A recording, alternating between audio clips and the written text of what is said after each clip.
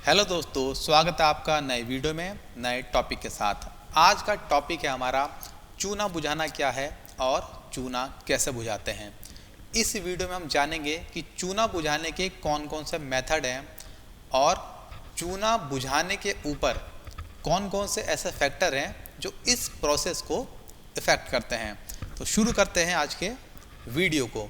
तो Slaking of lime या चूना बुझाने की प्रक्रिया को समझने से पहले हम थोड़ा सा चूने के बारे में समझ लेते हैं।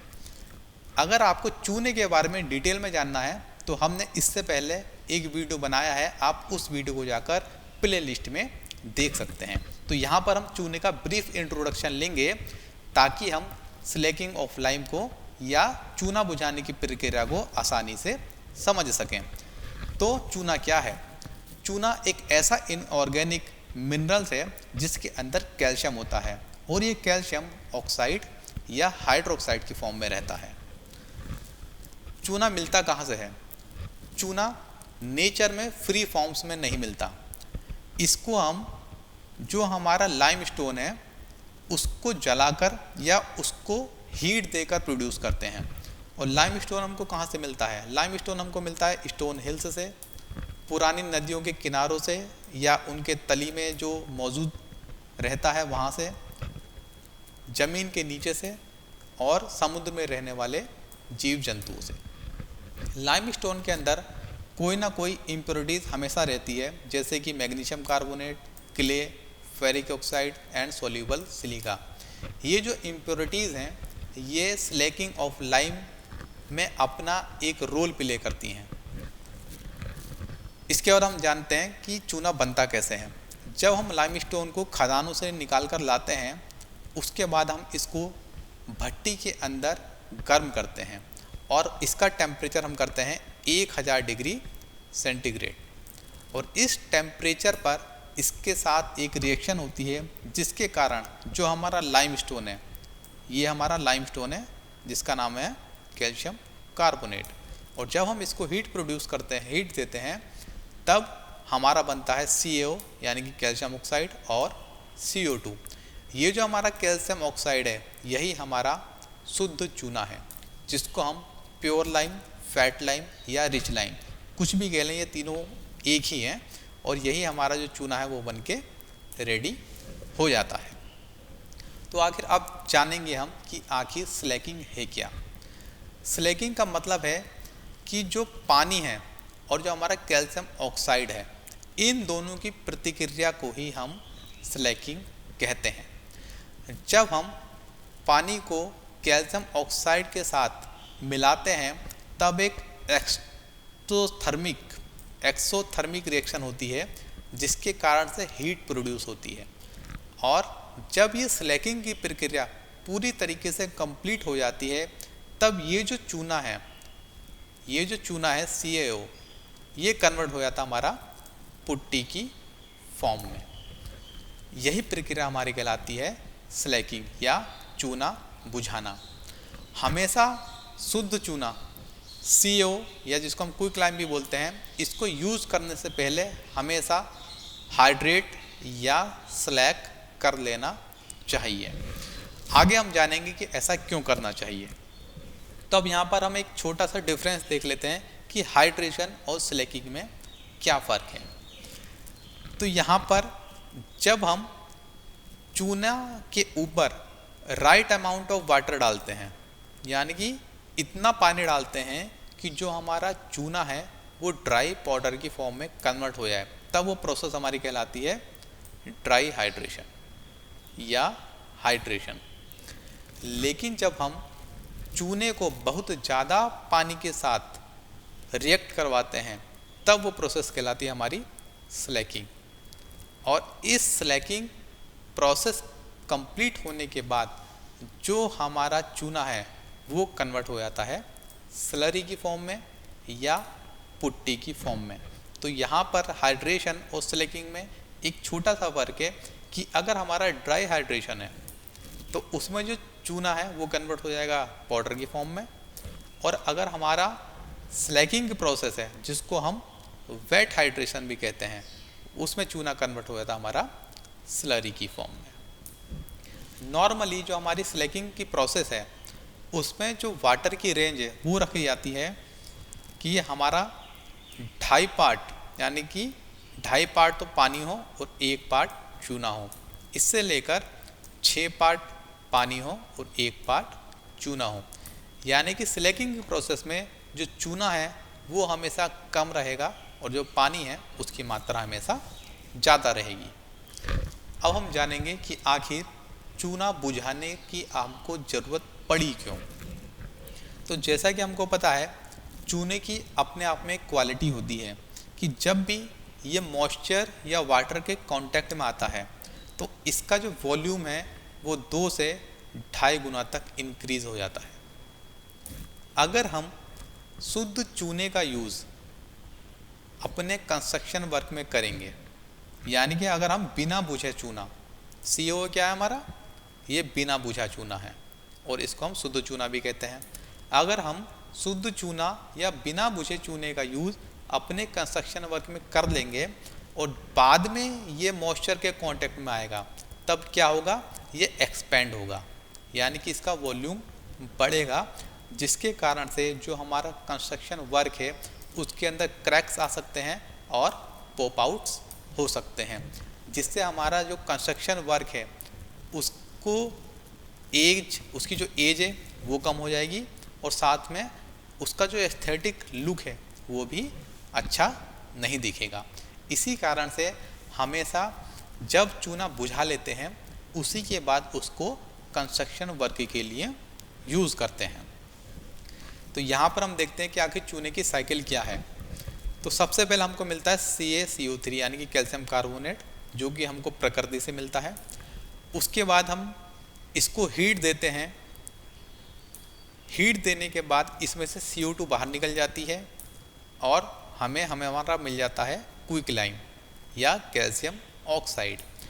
जब इस कैल्शियम ऑक्साइड की हम अभिक्रिया कराते हैं H2O से, यानी कि स्लैकिंग की प्रोसेस करवाते हैं, तब ये कन्वर्ट हो जाता है हमारा CaOH का होल ट्वाइस यानी कि कैल्शियम हाइड्रोक्साइड में।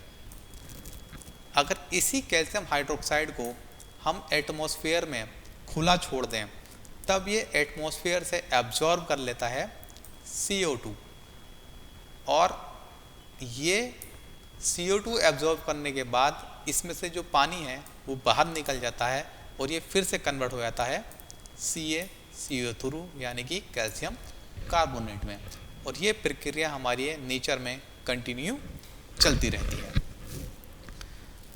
तो आखिर हमारा जो स्लैकिंग का प्रोसेस है वो है क्या।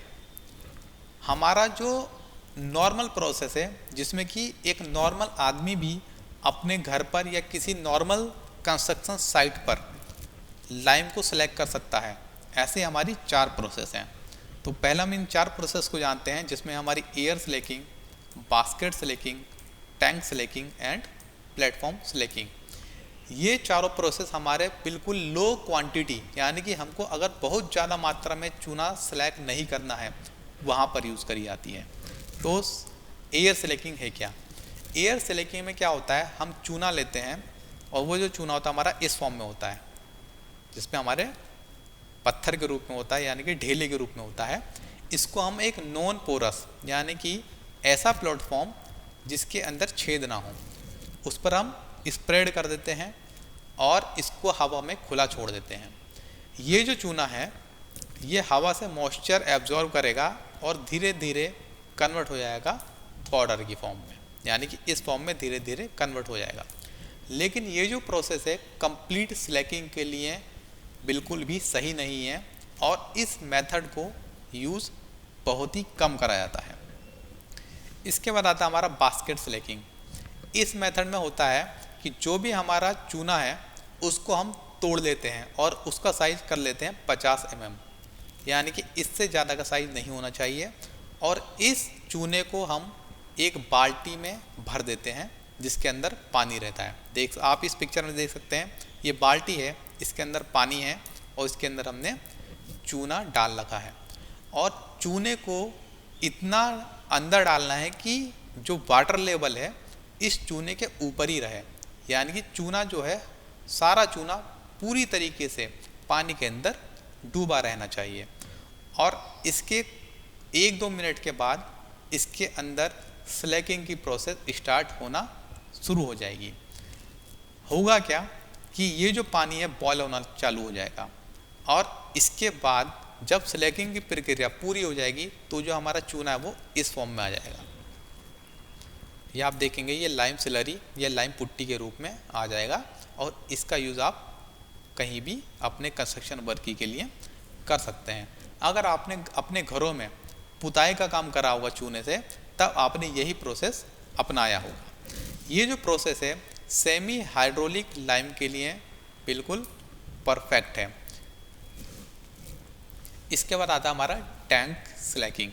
तो जैसे कि आप इस पिक्स में देख सकते हैं कि टैंक स्लैकिंग के लिए जो हमें इक्विपमेंट चाहिए वो ऐसा बना होता है, जिसमें कि यह पहला टैंक, यह है सेकंड टैंक, यहाँ पर हमारी स्ट्रेनर लगा हुआ है जिससे कि जो हमारा चूना वो छन के आएगा, और ये हमारा ग्राउंड लेवल। तो आखिर टैंक स्लैकिंग करते कैसे हैं? तो जो हमारा टैंक स्लैकिंग है इसके अंदर दो टैंक होते हैं, और ये जो टैंक है हमारा स्टील से बना हो सकता है, ब्रिक से बना हो सकता है, या कंक्रीट से बना हो सकता है। इसके बाद जो हमारा पहला टैंक है, यानी कि ये वाला जो टैंक है, इसको मैं लिख देता हूँ यहाँ पर, ये फर्स्ट टैंक एंड ये सेकंड टैंक। तो जो हमारा फर्स्ट टैंक है ये 50 सेंटीमीटर गहरा होना चाहिए, और ये ग्राउंड लेवल से ऊपर होना चाहिए। और जो हमारा सेकंड टैंक है वो 70 सेंटीमीटर से लेकर 80 सेंटीमीटर तक गहरा होना चाहिए, और ये ग्राउंड लेवल से ऊपर होना चाहिए। अब होता क्या है, जब हमको स्लैकिंग प्रोसेस करनी है तब हम जो हमारा पहला टैंक है यानी कि इस टैंक में पानी भरेंगे, और इसमें जो पानी की गहराई होगी वो होनी चाहिए 25 से 30 सेंटीमीटर। और इसके बाद हम इसमें डालेंगे हमारा चूना, जो कि होगा 5 से 10 सेंटीमीटर की गहराई तक, और उसके बाद इसके अंदर स्लैकिंग की प्रक्रिया स्टार्ट होना शुरू हो जाएगी। जब हमारा चूना स्लैक हो जाता है उसके बाद इसका जो टेम्परेचर है, जब स्लैकिंग की प्रक्रिया होगी तो वो 45 डिग्री से 79 डिग्री सेल्सियस तक पहुंच जाएगा, और जो हमारा चूना है वो कन्वर्ट हो जाएगा पुट्टी की फॉर्म में। जब ये चूना पुट्टी की फॉर्म में कन्वर्ट हो जाएगा तब ग्रेविटी के कारण इसके अंदर जो स्ट्रेनर लगी है उससे जो चूना है वो छन कर आ जाएगा हमारे सेकंड वाले टैंक में, और इस सेकंड टैंक में ये जो चूना है 2 दिन तक पड़ा रहेगा, ताकि जो बचा कुचा हमारा चूना है वो भी अच्छे से स्लैक हो जाए और ड्राई हो जाए। उसके बाद हम इस चूने को अपने यूज़ के लिए ले सकते हैं। जो हमारा चन्नी का साइज़ है, जो हमारा स्ट्रेनर जिसको हम छन्नी भी बोलते हैं, उसका साइज़ होना चाहिए हमारा 0.25 mm। इसके बाद आता हमारा प्लेटफॉर्म स्लैकिंग। प्लेटफॉर्म स्लैकिंग बिल्कुल सिंपल मेथड है। इसमें हमारा एक इम्प्रीवियस प्लेटफॉर्म होता है। इम्प्रीवियस मतलब ऐसा प्लेटफॉर्म जिसमें जो चूना है वो छन कर नीचे ना आ पाए, यानी कि अगर हम इसके अंदर पानी डालें और इसकी पुट्टी बन जाए तो वो एब्जॉर्ब ना करे। तो इस प्रकार के प्लेटफॉर्म पर हम क्या करते हैं, अपना जो चूना है उसको इस फॉर्म में लगा लेते हैं, एक ढेर बना लेते हैं, और इसकी जो लेयर है इस ढेर की वो होनी चाहिए 15 से 20 सेंटीमीटर मोटी। इसके बाद हम इस चूने के ऊपर हमारी जो वाटर कैन है या हाथ से पानी डालेंगे, और उसके बाद इसको हम ढक देंगे कैनवास से, वो भी 24 घंटे के लिए। और 24 घंटे के बाद हम इसको 0.25 mm की जो छन्नी है उससे छान लेंगे, और जो भी हमारा चूना मिलेगा वो हमको मिलेगा स्लैग्ड लाइम, जिसको हम अपने काम के लिए यूज़ कर सकते हैं।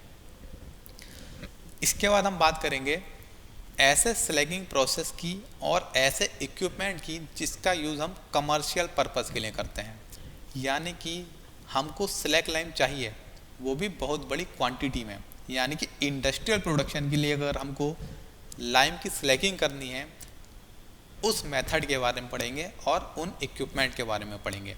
तो यहाँ पर 4 इक्विपमेंट या मेथड दे रखे हैं जिससे हम इंडस्ट्रियल पर्पस के लिए या कमर्शियल पर्पस के लिए स्लैकिंग प्रोसेस पूरा करते हैं। तो पहला हमारा slurry detention, paste slaker, ball mill slaker and batch slaker. इसके अंदर हमारा जो स्लैकिंग की प्रक्रिया है काफ़ी अच्छे से होती है और इसके अंदर जो हमारी बची हुई इम्प्योरिटीज़ है जो कि ग्रिड फॉर्म में होती है। ग्रिड का मतलब होता है बचे कुचे ढेले। ग्रिड का मतलब होता है बचे कुचे ढेले जो कि स्लैक होने के बाद चूने में बचे जाते हैं, उसको भी निकालने में आसानी होती है। तो सबसे पहले हम पढ़ेंगे स्लरी डिटेंशन स्लेकर होता क्या है। तो स्लरी डिटेंशन स्लेकर के अंदर होता है कि जो हमारा लाइम और वाटर का रेशियो है वो होना चाहिए 1:3.3 और 1:5, यानी कि 1 भाग तो चूना होगा और 3.3 भाग पानी होगा और 1 भाग चूना होगा और 5 भाग पानी होगा। और इस अनुपात में चूना और पानी को मिलाकर हम इसको डाल देंगे स्लरी डिटेंशन स्लेकर के अंदर। स्लरी डिटेंशन स्लेकर के अंदर 2 चैम्बर होते हैं। ये स्लरी डिटेंशन स्लेकर है जिसमें आप देख सकते हैं ये हमारा फर्स्ट चैम्बर, यहाँ मैं लिख देता हूँ फर्स्ट, एंड ये हमारा सेकंड चैम्बर। तो होता क्या है, यहाँ पर वॉल्यूमेट्रिक रोटरी फीडर, यहाँ से हम चूना और पानी इन दोनों को फीड करते हैं और ये आ जाता है हमारा पहले चैम्बर में। इसी चैम्बर में हमारी स्लैकिंग की प्रक्रिया पूरी होती है।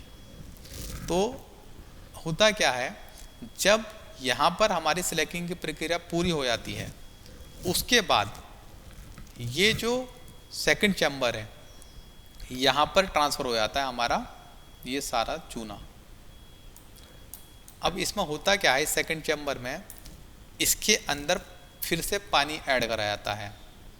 आप देखेंगे कि सेकंड चैम्बर के अंदर फिर से ठंडे पानी को ऐड करा जाता है ताकि जो हमारे हैवियर ग्रिड हैं, यानी कि उसके अंदर जो बचे हुए छोटे छोटे और भारी भारी टुकड़े बच गए हैं वो सेकंड चैम्बर की तली में बैठे जाएं। और इस ग्रिड को, जो कि एक तरह की इम्प्योरिटीज़ है, इसको हम इस स्क्रू के द्वारा, ये जो है हमारा स्क्रू है, इसके द्वारा हम इसको ग्रिड को अलग कर लेते हैं और यहाँ से हमारी ये जो चैम्बर है, यहाँ से हमारी जो प्योर स्लरी है वो हमको मिल जाती है। इस स्लरी डिटेंशन स्लेकर के अंदर 10 मिनट के अंदर हमारा जो पूरा चूना है वो स्लैक हो जाता है। इस स्लेकर की अगर कैपेसिटी की बात करें तो इसकी कैपेसिटी जो है 150 पाउंड पर आवर से लेकर 15 टन पर आवर तक होती है। इसके बाद आता है हमारा पेस्ट स्लेकर। पेस्ट स्लेकर में होता क्या है, जो हमारा लाइम और वाटर का रेशियो है वो 1:2.5 होता है, यानी कि 1 चूना और 2.5 पानी। इस स्लेकर के अंदर हमारा जो चूना है 5 मिनट के अंदर अच्छे से स्लैक हो जाता है। जैसा कि इसके नाम से लगता है कि पेस्ट स्लेकर, यानी कि इसमें जो हमारा चूना है वो पेस्ट की फॉर्म में निकलेगा, जो कि काफ़ी हैवी होता है और फ्लो करने में काफ़ी दिक्कत होती है। इसलिए इसके अंदर जो है रोटेटिंग पैडल लगे होते हैं जो कि इस पेस्ट को आगे की ओर बढ़ाते हैं। आप इस पिक में देख सकते हैं ये हमारा हॉपर है जहाँ से चूना गिरेगा। उसके बाद ये जो चूना है इस बेल्ट के माध्यम से आ जाएगा इस चैम्बर में। इस चैम्बर में पानी है, आप यहाँ देख सकते हैं पानी है, और यहाँ पर स्लैकिंग की प्रक्रिया चल रही है। स्लैकिंग की प्रक्रिया के दौरान जो हमारा चूना है वो पेस्ट की फॉर्म में कन्वर्ट हो रहा है, और चूंकि ये हॉरिजॉन्टल है इसलिए इसको आगे बढ़ाने के लिए ये जो हैं ये हमारे ब्लेड लग रखे हैं, और जब ये ब्लेड घूमते हैं वो इस पेस्ट को क्या है आगे की तरफ मूव कराते रहते हैं।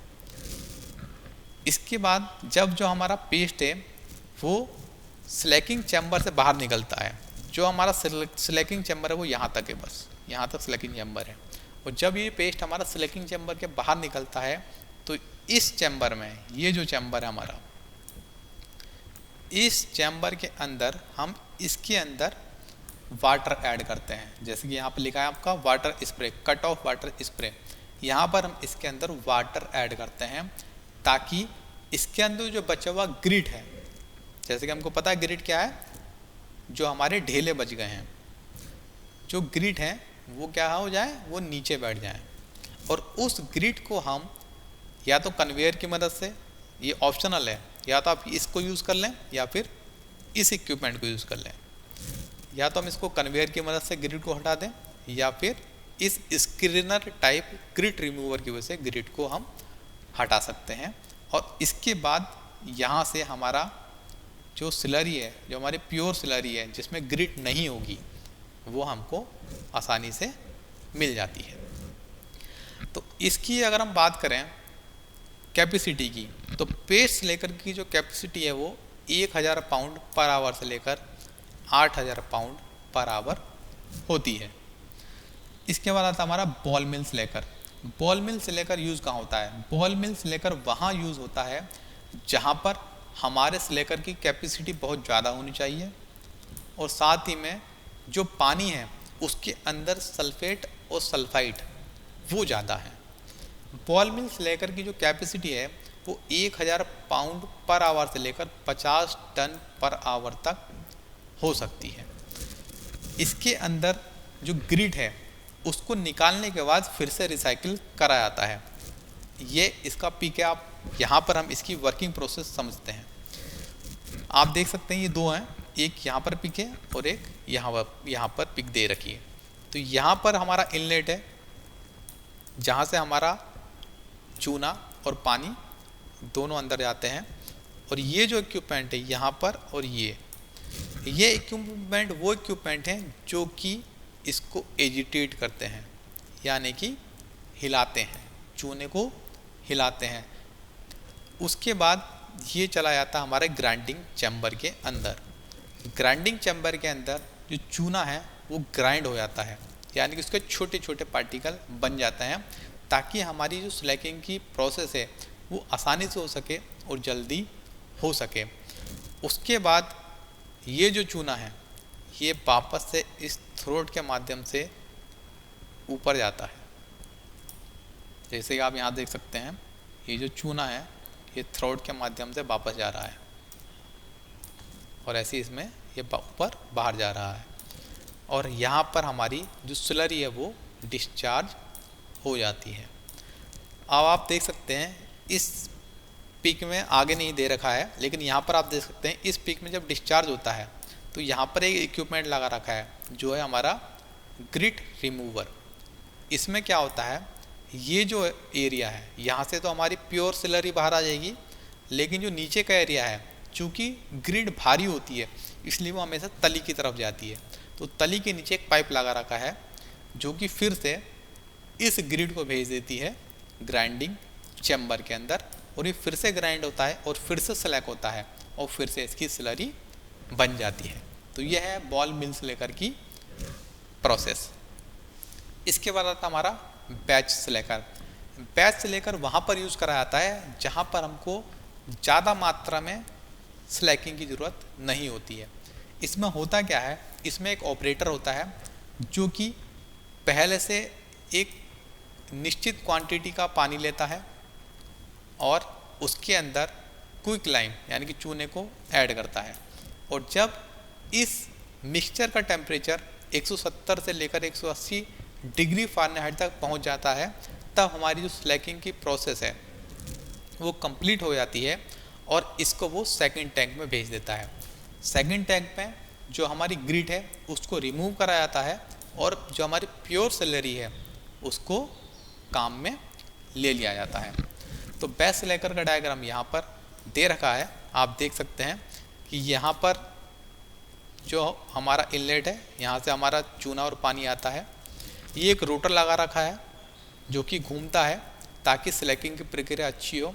और इसके नीचे ये जो है, जब चूना पूरी तरीके से स्लैक हो जाता है तब यहाँ से हमको आउटलेट मिल जाता है। तो ये था हमारा बैच स्लैकर। इसके बाद हम जानेंगे कि स्लैगिंग की प्रोसेस को कौन कौन से फैक्टर अफेक्ट करते हैं। तो यहाँ पर बहुत सारे फैक्टर दे रखे हैं, इनके बारे में हम आगे की स्लाइड्स में डिटेल में जानेंगे कि कौन कौन से फैक्टर का चूने की स्लैकिंग पर क्या क्या इफेक्ट पड़ता है। तो सबसे पहले हमारा लाइमस्टोन, यानी कि किस तरीके का जो लाइमस्टोन है वो कैल्सिनेशन में यूज़ करा गया है। तो जैसा कि आपको पता है, नेचर में कई तरीके के लाइमस्टोन यूज़ करे जाते हैं या मिलते हैं। तो ऐसे लाइमस्टोन जिनके अंदर हमारा मैग्नीशियम, एल्यूमिनियम ऑक्साइड यानी कि क्ले ज़्यादा होती है, तो वैसे जो हमारे लाइमस्टोन है उनकी जो स्लैकिंग है बहुत ही मुश्किल से हो पाती है। अब ये हमारे हाथ में नहीं है कि कौन सा लाइमस्टोन के अंदर कितनी इम्प्योरिटीज़ होगी, ये तो नेचर के हाथ में है।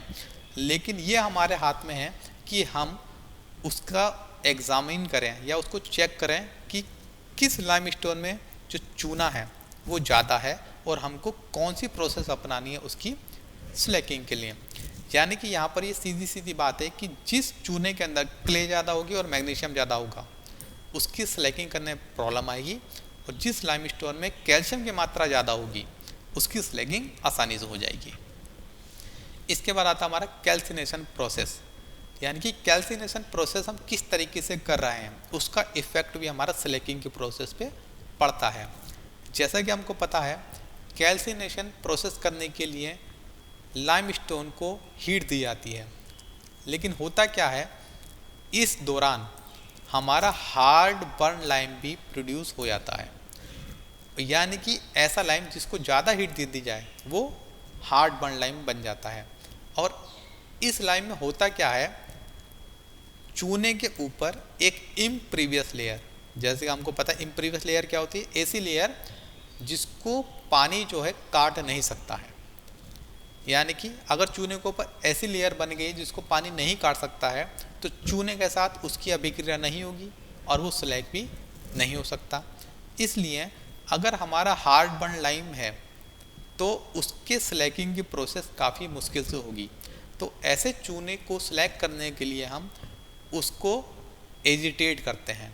एजिटेट का मतलब उसको बार बार हिलाते हैं, आपस में उसको रगड़ करते हैं, ताकि जो इसके ऊपर की लेयर है वो रिमूव हो जाए और जो पानी है वो चूने के साथ प्रक्रिया कर पाए और हमारा चूना स्लैक हो जाए। इसके बाद आता हमारा स्लैकिंग टेम्परेचर।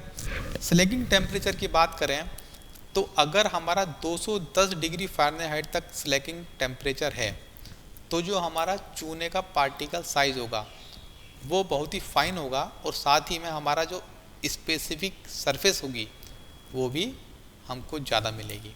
हालांकि टेम्परेचर और पार्टिकल साइज़ के बीच का जो रिलेशनशिप है वो लीनियर नहीं है। इसके बाद आता है लाइम टू वाटर रेशियो। ज़्यादातर चूने के अंदर जो हमारी इम्प्योरिटीज़ मिलती हैं उसके आधार पर पानी और लाइम का रेशियो डिसाइड करा जाता है।